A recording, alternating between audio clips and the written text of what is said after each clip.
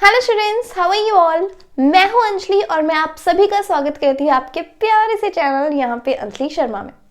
तो जैसे कि आप सब लोगों की एक बहुत बड़ी प्रॉब्लम है कार्बन एंड इट्स कंपाउंड्स की केमिकल प्रॉपर्टीज, तो आपकी इसी प्रॉब्लम के सॉल्यूशन को लेकर मैं आई हूँ। और आज के वीडियो का एजेंडा हमारा यही होने वाला है दैट हम लोग कार्बन एंड इट्स कंपाउंड्स की जितनी भी केमिकल प्रॉपर्टीज है, जैसे कि इसका combustion reaction, oxidation reaction, addition reaction and the substitution reaction, ये सभी कार्बन के जो रिएक्शंस हैं हम लोग एक इसी वीडियो में कवर करने वाले हैं। लेकिन मुझे ऐसी ही और ज़्यादा अच्छी वीडियोस आपके लिए बनाने के लिए मुझे चाहिए मोटिवेशन आपकी तरफ से। और मोटिवेशन हम लोगों को कब मिलती है? जब आप लोग हमारी वीडियोस को शेयर करते हो with all of your friends. जब आपको वीडियोस पसंद आती हैं और आप एक लाइक का बटन क्लिक करते हो, तो जब आप लाइक का बटन क्लिक करते हो तो आपने तो सिर्फ और सिर्फ एक बटन को क्लिक किया है, लेकिन वो मेरे लिए, हमारी पूरी टीम के लिए एक मोटिवेशन है दैट बच्चों को वीडियोस जो है वो पसंद आ रही हैं। जब आप शेयर करते हैं तो हमें लगता है कि आप अपना प्यार हमारे साथ शेयर कर रहे हैं, हमारी वीडियोस को अपने फ्रेंड्स तक पहुंचाकर। ये एक बहुत ही अच्छी चीज़ होगी आपकी तरफ से अगर आप हमारे लिए, आपको वीडियो पसंद आने पर अगर आप लाइक का बटन दबा सकें, वीडियो को शेयर कर सके, अच्छे कमेंट्स हमारे लिए लीव कर सके, तो मुझे बहुत ही ज़्यादा खुशी होगी और इससे ज़्यादा मुझे कुछ और नहीं चाहिए। और अगर आप हमारे चैनल पर नए हैं, वीडियो को पहली बार देख रहे हैं, ऐसी ही वीडियोस और देखना चाहते हैं, तो हमारे चैनल को सब्सक्राइब भी ज़रूर कर लें सो दैट कोई भी जो नोटिफिकेशन है वो आप मिस ना करें। तो चलिए जल्दी से हम लोग स्टार्ट करते हैं कार्बन एंड इट्स कंपाउंड्स की केमिकल प्रॉपर्टीज़ को। तो सबसे पहले हम लोगों ने कवर करना है कंबस्शन रिएक्शन। हम लोगों ने सबसे पहले क्या कवर करना है? Combustion reaction. तो देखो बेटा, बेसिकली हम लोग कंबस्शन कहते क्या है? कंबस्शन का मतलब रहता है जब भी हम लोग किसी सब्सटेंस को हीट करते हैं, एक्सेसिवली हीट करते हैं in the presence of oxygen. So यहाँ पे हम लोग कह सकते हैं what is combustion? Combustion is heating of a substance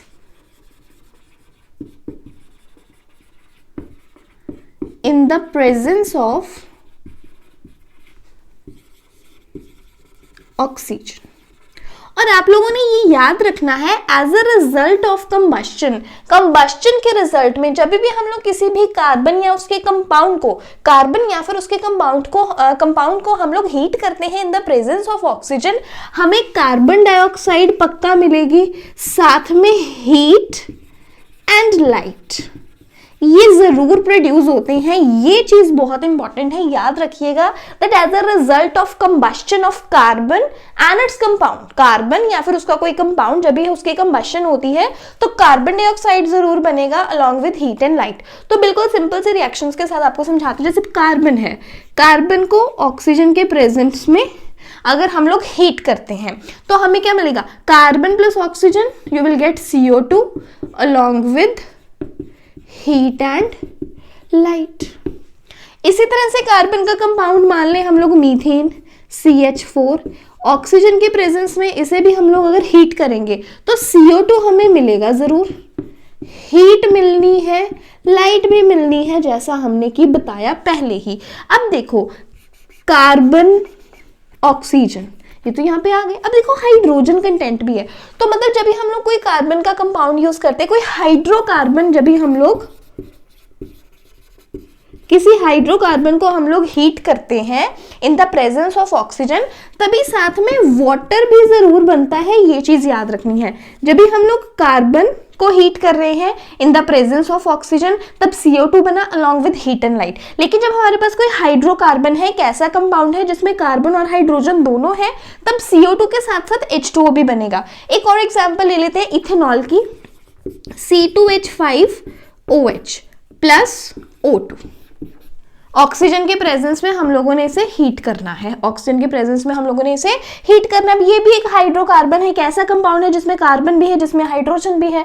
तो अभी हमें क्या मिलेगा? CO2 H2O along with heat and light. बस यही चीज जो है आपको याद रखनी है। कार्बन को हम लोग हीट करेंगे इन the presence of oxygen CO2 along with heat and light. जब कोई हाइड्रोकार्बन आ जाएगा, हाइड्रोकार्बन के केस में CO2 के साथ साथ आपको वाटर भी है, वो भी साथ में मिलेगा, हीट और लाइट तो पैदा होनी ही होनी है। तो ये है सारा हमारा combustion reaction. It means that when we heat a substance strongly in excess of oxygen, जब भी हम लोग किसी सब्सटेंस को स्ट्रांगली हीट करते हैं ऑक्सीजन या एयर की प्रेजेंस में, तभी उस रिएक्शन को हम लोग क्या बोलते हैं, कंबस्शन रिएक्शन। चलिए, अभी कंबस्शन में मैंने आपको एक बहुत ही इंपॉर्टेंट पॉइंट बताना है सैचुरेटेड और अनसैचुरेटेड हाइड्रोकार्बन के रिलेटेड। तो आपके कन्वीनियंस के लिए सबसे पहले मैं आपको बता देती हूँ कि सैचुरेटेड हाइड्रोकार्बन्स वो होते हैं जिनमें कार्बन कार्बन सिंगल बॉन्ड रहती है, और अनसैचुरेटेड हाइड्रोकार्बन्स हम लोग उन्हें कहते हैं ऐसा कोई भी हाइड्रोकार्बन जिसमें carbon carbon double bond exist कर रही हो या फिर carbon carbon triple bond exist कर रही हो। अगर कार्बन कार्बन सिंगल बॉन्ड है तो सैचुरेटेड हाइड्रोकार्बन, अगर कार्बन कार्बन डबल या ट्रिपल बॉन्ड है तभी हम लोग उसे बोलते हैं अनसैचुरेटेड हाइड्रोकार्बन। तो आपको यहाँ पे ये चीज याद रखनी है दैट कंबस्शन होने पर, कंप्लीट कंबस्शन होने पर जो सैचुरेटेड हाइड्रोकार्बन्स होते हैं ये हमें क्लीन या फिर कह लीजिए ब्लू फ्लेम जो है वो प्रोवाइड करते हैं, जबकि जो अनसैचुरेटेड हाइड्रोकार्बन्स हैं ये हमें प्रोवाइड करते हैं येलो सूटी फ्लेम। सूटी फ्लेम हम लोग बोलते हैं जिसमें बहुत ज्यादा स्मोक हो, ठीक है, काले जैसे आप देखते हो ना कि कालिख लग जाती है कई बार बर्तन पर, वो सूट उसको बोलते हैं, कालिख को बोलते हैं सूट। तो जो अनसैचुरेटेड हाइड्रोकार्बन्स होते हैं वो हमें येलो सूटी फ्लेम देते हैं, जबकि जो सैचुरेटेड हाइड्रोकार्बन्स हैं ये हमें देते हैं क्लीन या फिर ब्लू फ्लेम। अब यहाँ पे एक बहुत ही इंपॉर्टेंट क्वेश्चन है जो एग्जाम में आ जाता है that how can you distinguish between saturated and unsaturated hydrocarbon. Differentiation बहुत ही क्लियर हो जाती है उनकी फ्लेम से। अगर क्लीन या फिर ब्लू फ्लेम है तो वो है हमारे पास सैचुरेटेड हाइड्रोकार्बन्स, अगर हमारे पास येलो सूटी फ्लेम आ रहा है तो इसका मतलब वो है अनसैचुरेटेड हाइड्रोकार्बन। अब आपको यहाँ से एक और पॉइंट बहुत अच्छा याद रखना है कि अगर अनसैचुरेटेड हाइड्रोकार्बन की होती है इनकम्प्लीट कंबस्शन, मतलब जो ऑक्सीजन है वो पूरी उसकी सप्लाई नहीं मिल रही है। इनकम्प्लीट कंबस्शन का मतलब होता है in limited supply of oxygen.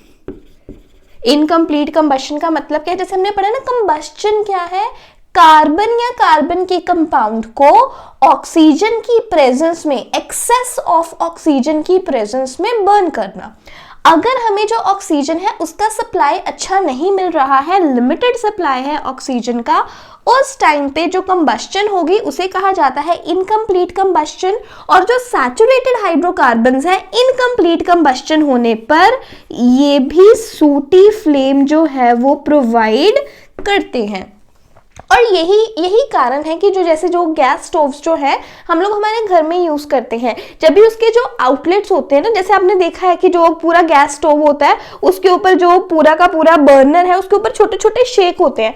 अगर वो जो होल्स है अगर वो ब्लॉक हो जाते हैं, ब्लॉक हो जाने के किस्म में क्या होता है कि कोई भी बर्तन अगर हम लोग गैस पे रखते हैं तो उसका जो बॉटम है वो ब्लैकन होना शुरू हो जाता है। वो ब्लैकन क्यों हो रहा है, क्योंकि जो हाइड्रोकार्बन है, जो वहां पे हमारा कार्बन फ्यूल है, जैसे आपको पता है एलपीजी में जो हमारा फ्यूल यूज हो रहा है वो एक हाइड्रोकार्बन है, उसका कंप्लीट कंबस्शन नहीं हो पा रहा है और इनकम्प्लीट कंबस्शन की सूरत में क्या हो रहा है, वो सूट प्रोड्यूस कर रहा है, वो कालिख प्रोड्यूस कर रहा है। और यहीं से आपका एक एनसीईआरटी क्वेश्चन भी है that while cooking if the bottom of the vessel get blackened on the outside, what does it mean, कि अगर कुकिंग के दौरान जो बर्तन है, जो वेसल है वो काला होना शुरू हो जाता है तो उसका क्या मतलब है, उसका मतलब यही है कि जो होल्स है उस बर्नर के ऊपर वो ब्लॉक हो चुके हैं, ऑक्सीजन का सफिशिएंट सप्लाई नहीं मिल रहा है, इनकम्प्लीट कंबस्शन होने की वजह से सूटी फ्लेम जो है वो पैदा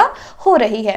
तो ये एक बहुत इंपॉर्टेंट क्वेश्चन है ये भी कि सूटी फ्लेम के ऊपर के बर्तन काले क्यों हो जाते हैं, और इसके अलावा सैचुरेटेड और अनसैचुरेटेड में आप लोग डिफरेंशिएट कैसे कर सकते हो, ये चीज भी बहुत ही ज्यादा इंपॉर्टेंट है। सो ये हो गया हमारा यहाँ पे अभी कंबस्शन रिएक्शन। अभी हम लोग बढ़ते हैं हमारे ऑक्सीडेशन रिएक्शन की तरफ। Oxidation reaction. अब मुझे बताओ ऑक्सीडेशन क्या होता है, आपने फर्स्ट चैप्टर में पढ़ा है। ऑक्सीडेशन का मतलब रहता है एडिशन ऑफ ऑक्सीजन, और या फिर हम लोग इसे कह सकते हैं रिमूवल ऑफ हाइड्रोजन। दोनों ही चीजें हैं जो सही है ऑक्सीडेशन के केस में। और ऑक्सीडेशन होने के लिए हमें जरूरत होती है ऑक्सीडाइजिंग एजेंट्स की। ऑक्सीडेशन करवाने के लिए हमें किसकी जरूरत है, ऑक्सीडाइजिंग एजेंट्स की। अब आपने यहाँ पे खास तौर पर याद रखना है कि कार्बन की जब हम लोग प्रॉपर्टीज की बात कर रहे हैं, हम लोग कार्बन कंपाउंड्स की ऑक्सीडेशन की बात कर रहे हैं, तो यहाँ पे जो हमें ऑक्सीडाइजिंग एजेंट्स याद रखने हैं that is alkaline potassium permanganate, that is alkaline KMnO4 potassium permanganate, and acidified K2Cr2O7, that is potassium dichromate.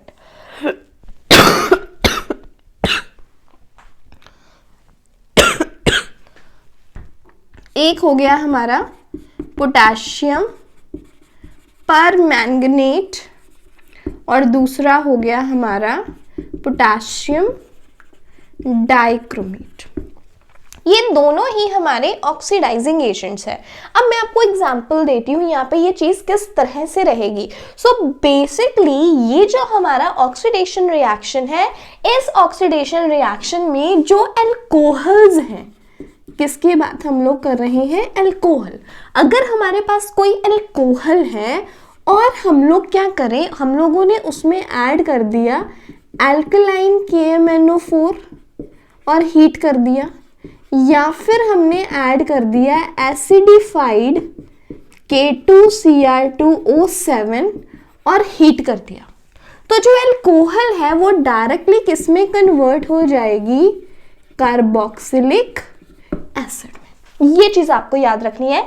अगर एल्कोहल को कार्बोक्सिलिक एसिड में कन्वर्ट करना है तो आपको उसमें सिंपली क्या करना है, ऑक्सीडाइजिंग एजेंट्स ऐड कर देने हैं। आप कोई भी ऐड कर सकते हो, एल्कलाइन KMnO4 या फिर एसिडिफाइड K2Cr2O7। सो होगा क्या, बेसिकली एल्कोहल क्या रहती है, कार्बन। मान लो मेरे पास 2 कार्बन वाला कंपाउंड है। अब मैं एल्कोहल इसे कब कहूंगी, जब कार्बन के साथ यहाँ पे क्या लगा होगा, OH, which is the functional group. अगर OH फंक्शनल ग्रुप लगा हुआ है तो ये मेरी रहेगी एल्कोहल। तो ये क्या रहेगी, एल्कोहल। अब कार्बन 4 बॉन्ड्स बना सकता है। अब इसकी एक बॉन्ड बनी हुई है, दूसरी बॉन्ड बनी हुई है, 2 बॉन्ड्स बाकी हैं। यहाँ पे क्या आ जाएंगे, हाइड्रोजन्स। इस कार्बन का एक बॉन्ड बना हुआ है, दूसरा, तीसरा और ये चौथा बॉन्ड, यहाँ पे क्या आ गए, हाइड्रोजन्स। ये हमारा बन गया CH3CH2OH, 2 कार्बन्स वाली अल्कोहल बन गई, जिसे हम लोग बोलते हैं इथाइल अल्कोहल, और इसका आयुपेक नेम है इथेनॉल। अगर आपको ये फंक्शनल ग्रुप्स के बारे में नहीं पता है या फिर आपको ये नोमेनक्लेचर नहीं आता है, तो इसके रिलेटेड जो नोमेनक्लेचर के ऊपर मैंने एक डिटेल्ड वीडियो बनाया हुआ है, जिसपे मैंने फंक्शनल ग्रुप्स के बारे में भी बताया हुआ है और नोमेनक्लेचर कैसे, मतलब हम लोग ये नाम कैसे लिखते हैं, इथेनॉल कैसे आया, उसका जो डिस्क्रिप्शन में आपको जो है वो लिंक मिल जाएगा वीडियो का, आप उसको भी देख सकते हो। अब ये हमारे पास एल्कोहल आ गई, बिल्कुल सही। अब हम लोग इसमें ऐड करेंगे हमारे oxidizing agents, that is alkaline KMnO4, या तो ये डाल के हीट कर देंगे। दूसरा ऑप्शन हमारे पास क्या है कि हम लोग इसमें ऐड कर दे एसिडिफाइड K2Cr2O7 और इसे हीट कर दें। अब क्या होगा, हमने ऑक्सीडेशन कहा that it is addition of oxygen, removal of hydrogen, hydrogen remove करना, मतलब ये कार्बन जिसके साथ OH लगा हुआ है, उसी कार्बन के ये जो दोनों हाइड्रोजन्स है, इसका बॉन्ड कार्बन के साथ टूट जाएगा। आपके पास बचा क्या, ये CH3 सारा एज इट इज, इसको तो कुछ फर्क ही नहीं पड़ा, ये एज इट इज, ये carbon as it is, carbon के साथ जो OH है वो भी एज इट इज। हमने तो ये 2 हाइड्रोजन्स के बॉन्ड तोड़े हैं ना, तो इस कार्बन के क्या हुआ, अभी ये 2 बॉन्ड्स जो है खाली हो गए, 2 हाइड्रोजन यहां से चले गए। अब यही 2 बॉन्ड के साथ यहाँ पे क्या जुड़ जाएगा, ऑक्सीजन। तो हमने क्या किया, there is removal of hydrogen and addition of oxygen. ये एक्स्ट्रा ऑक्सीजन कहां से आया, इन ऑक्सीडाइजिंग एजेंट्स की तरफ से। इन्होंने ये ऑक्सीजन प्रोवाइड करा, इसीलिए तो ये ऑक्सीडाइजिंग एजेंट्स है। तो यहां पे क्या आ गया, O।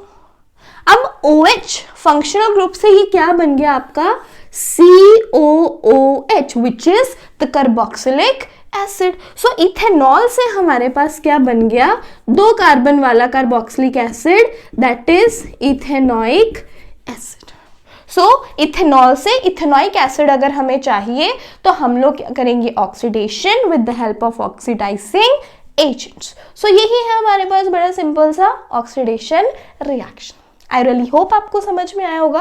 अभी हम लोग आगे बढ़ते हैं हमारे एडिशन रिएक्शन। अभी हमारे पास आ गया है हमारा third reaction, that is the addition reaction. Addition मतलब ऐड करना कुछ। तो अभी यहाँ पे क्या है, एडिशन रिएक्शन में जो आपके सिलेबस में एडिशन है, that is catalytic hydrogenation. That is catalytic hydrogenation. Catalytic hydrogenation, hydrogenation का मतलब क्या हुआ, हाइड्रोजन ऐड करना। हाइड्रोजिनेशन से हमें कौन सा एलिमेंट दिमाग में आ रहा है, हाइड्रोजन। तो क्या ऐड करेंगे, hydrogen. So addition of hydrogen, addition of hydrogen that is H2। ये क्या हो गया, हाइड्रोजिनेशन। अब हमने बोला है catalytic hydrogenation.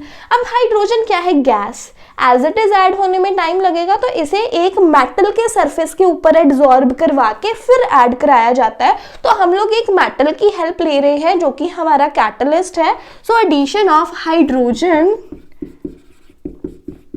in the presence of a catalyst। Catalyst ऐसा सब्सटेंस होता है जो रेट ऑफ रिएक्शन, जो स्पीड ऑफ रिएक्शन बढ़ाता है जनरली। तो कैटलिस्ट हम लोग क्या यूज करेंगे, कैटलिस्ट सच एज निकल, प्लैटिनम और पैलेडियम। ये 3 मेटल्स, निकल, प्लैटिनम और पैलेडियम, इनके प्रेजेंस में अगर हम लोग हाइड्रोजन ऐड करते हैं तो उसे कहा जाता है catalytic hydrogenation and it is a type of addition reaction. So basically क्या होगा इसमें, unsaturated hydrocarbon, unsaturated hydrocarbon can be converted to saturated hydrocarbon। ये आपको याद रखना है। अनसैचुरेटेड से अगर हमें सैचुरेटेड हाइड्रोकार्बन की तरफ जाना है तो क्या ऐड करेंगे, hydrogen in the presence of निकल या प्लैटिनम या palladium. Okay, unsaturated like what, मान लो जिसमें कार्बन कार्बन डबल बॉन्ड है, 2 बॉन्ड्स है, अदर 2 बॉन्ड्स के लिए क्या आ गए, हाइड्रोजन, क्योंकि एक कार्बन तो 4 ही बॉन्ड बनाएगा ना, तो ये चीज है। तो ये हो गया हमारा ethene which is an unsaturated hydrocarbon. अब हमने क्या किया, हमने इसमें H2 हाइड्रोजन ऐड कर दिया, H2 in the presence of निकल। क्या होगा, अभी ये जो डबल बॉन्ड है, 2 में से एक बॉन्ड ब्रेक हो जाएगा। कार्बन डबल बॉन्ड कार्बन की बजाय क्या हो गया, कार्बन सिंगल बॉन्ड कार्बन। अब ये जो हाइड्रोजन्स हैं ये अपनी जगह पे एज इट इज, इसको तो किसी ने कुछ भी नहीं कहा, तो इनका तो कोई चक्कर ही नहीं है ना, कोई लड़ाई झगड़ा ही नहीं है। अब जब ये बॉन्ड टूट गई, इस कार्बन का भी एक बॉन्ड खाली, इस कार्बन का भी एक बॉन्ड खाली, क्योंकि कार्बन ने तो 4 बॉन्ड्स बनानी है ना। पहले तो आपस में बॉन्ड बनाए हुए थे, प्यार कम हो गया, बॉन्ड टूट गई। अब इस कार्बन का भी बॉन्ड खत्म, इस बॉन्ड का, इसका भी खाली हो गया। अब क्या होगा, इस बॉन्ड कंप्लीशन के लिए ये जो हमने H2 ऐड किया है, H2 मतलब H-H, 2 हाइड्रोजन के एटम्स, इनकी आपस में बॉन्ड टूटी, एक हाइड्रोजन इसके पास और दूसरा हाइड्रोजन इसके पास, हो गया ना काम। अब ये इथीन था और ये क्या बन गया, इथेन। इथीन से क्या बन गया, इथेन। मतलब अनसैचुरेटेड हाइड्रोकार्बन से क्या बन गया, सैचुरेटेड हाइड्रोकार्बन। क्या करा, H2 ऐड किया इन the presence of what, in the presence of निकल। This is the method for hydrogenation of vegetable oils. Vegetable oils की हाइड्रोजिनेशन का यही तरीका है, क्योंकि जो वेजिटेबल ऑयल्स होते हैं उनमें रहती हैं लॉन्ग अनसैचुरेटेड कार्बन चेन्स, और जो हमारे पास जो एनिमल ऑयल्स या एनिमल फैट होती है उसमें हमारे पास रहती हैं सैचुरेटेड चेन्स। चलिए अभी हमारा last but not the least substitution reaction. Substitute करना, सब्स्टिट्यूशन रिएक्शन मीन्स सब्स्टिट्यूट करना, टू सब्स्टिट्यूट और we can say to replace, किसी को रिप्लेस करना। एग्जाम्पल से समझो, हमारे पास मान लो मीथेन है CH4, दिस इज मीथेन। हम लोगों ने इसमें ऐड कर दिया क्लोरीन। क्या ऐड कर दिया? क्लोरीन। क्या होगा? रिएक्शन होना है इन the presence of sunlight. H new लिखा मैंने, V बना के ऐसे मोड़ा, इसका मतलब है सनलाइट। रिएक्शन होगा सनलाइट के प्रेजेंस में, ये याद रखना। सनलाइट नहीं तो रिएक्शन नहीं। क्या होगा? ये जो हाइड्रोजन है, यहां से ये हाइड्रोजन इस क्लोरीन के साथ क्या बना देगा? HCl। ये है बाय प्रोडक्ट। अब हुआ क्या? ये सारा CH3 एज इट इज, यहां से H चला गया इस Cl के साथ, ये कार्बन की बॉन्ड खाली हो गई। अब इस Cl, अब ये जो खाली है यहाँ पे जो हाइड्रोजन चला गया दूसरे Cl के साथ, तो ये Cl इसकी जगह ले लेगा और यहाँ पे आ जाएगा। तो CH4 था, H चला गया इस Cl के साथ, ये जगह खाली हो गई ना। अब यहाँ पे ये Cl आ गया तो हमारे पास बन गया CH3। Cl मीथेन से क्या बन गया? क्लोरोमीथेन। यही है हमारा सिंपल सा सब्स्टिट्यूशन रिएक्शन। और जब तक कि ये सारे हाइड्रोजन रिप्लेस नहीं होते, रिएक्शंस जो है वो चलते रहते हैं। तो सिंपली सब्स्टिट्यूट करना, रिप्लेस करना, वो क्या हो गया हमारा सब्स्टिट्यूशन रिएक्शन। और अब ध्यान से देखो, मीथेन में हम लोगों ने क्या ऐड किया? क्लोरीन। सो इस पर्टिकुलर रिएक्शन को कहा जाता है क्लोरीनेशन ऑफ मीथेन। इसे क्या कहते हैं? Chlorination of methane. के मीथेन में हमने क्लोरीन ऐड किया। जैसे हाइड्रोजिनेशन का मतलब क्या था? Addition of hydrogen. In a very similar manner chlorine add किया तो addition of chlorine is chlorination. मान लो मैं इसमें ब्रोमीन ऐड कर देती तो वो होता ब्रोमिनेशन। तो इस तरह से ये जो रिएक्शंस हैं वो हो जाते हैं। तो combustion, oxidation, addition and substitution reactions हम लोगों ने इस वीडियो में कवर कर लिए हैं बस कुछ ही समय में। अगर आप ऐसी और भी वीडियोस चाहते हैं तो please do motivate us, like our videos, share our content with all of your friends and don't forget to subscribe our channel and press the bell icon.